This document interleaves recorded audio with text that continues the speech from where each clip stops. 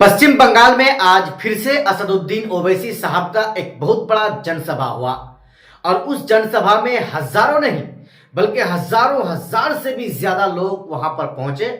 ओवैसी साहब को देखे, ओवैसी साहब की बातों को सुने। जी, हम आपको वीडियो में आगे बताएंगे कि ओवैसी साहब आज कहां पर पहुंचे थे और वहां पर जब पहुंचे तो लोगों ने किस प्रकार से, किस तरह से उनकी स्वागत किया, इसके बारे में पूरी जानकारी हम आपको देंगे। लेकिन उससे पहले हम आपसे एक छोटा सा रिक्वेस्ट करना चाहेंगे।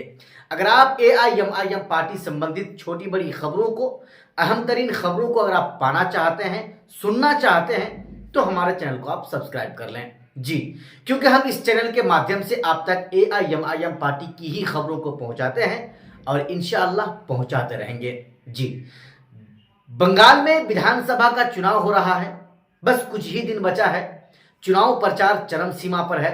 तमाम पार्टी के नेता वहां पर पहुंच रहे हैं, लोगों को लुभाने की कोशिश कर रहे हैं अपनी पार्टी की तरफ, अपनी पार्टी के उम्मीदवार की तरफ। वहीं पर असदुद्दीन ओवैसी साहब ने भी अपना मोर्चा खोल दिया है, अपनी पूरी ताकत वो भी झोंक दिया है। ओवैसी साहब कल एक सभा किए थे और आज फिर से एक सभा उन्होंने रघुनाथगंज विधानसभा में किया। ओवैसी साहब की पार्टी एआईएमआईएम भले ही पश्चिम बंगाल में 10 से ज्यादा सीटों पर चुनाव लड़ रही है, लेकिन महज 2 से 3 ही ऐसी सीटें हैं जहां पर ओवैसी अपनी पूरी ताकत झोंक रहे हैं। यानी ओवैसी को ऐसा लग रहा है कि एमआईएम पार्टी को वहां पर कामयाबी मिल सकती है या फिर एमआईएम पार्टी के जो उम्मीदवार चुनावी मैदान में है वो चुनाव जीत सकते हैं। उनमें से सबसे पहला वो रघुनाथगंज विधानसभा है, जहां से एमआईएम पार्टी के प्रदेश अध्यक्ष पश्चिम बंगाल के इमरान सोलंकी साहब उम्मीदवार हैं और उसके लिए ओवैसी साहब एक के बाद एक वहां पर प्रोग्राम कर रहे हैं।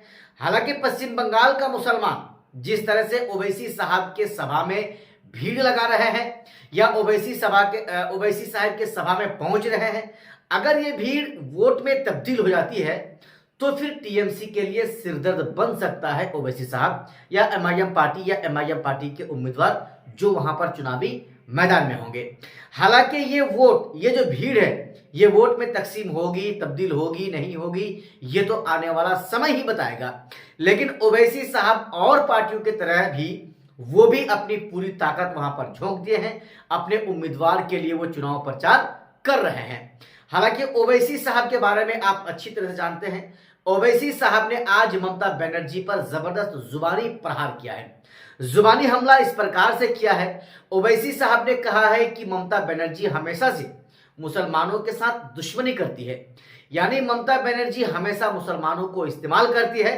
जब चुनाव का वक्त आता है तो मुसलमानों का वो रहनुमा बनती है, मुसलमानों का हमदर्द बनती है, और जब चुनाव खत्म हो जाता है तो फिर मुसलमानों के साथ उसका कोई रिश्ता नाता नहीं रहता है। हालांकि इस बात की जानकारी उस वक्त ओवैसी साहब ने लोगों के सामने रखा जब एक बहुत बड़ा चुनावी सभा हो रहा था और उस चुनावी सभा में ओवैसी साहब अपने भाषण कर रहे थे।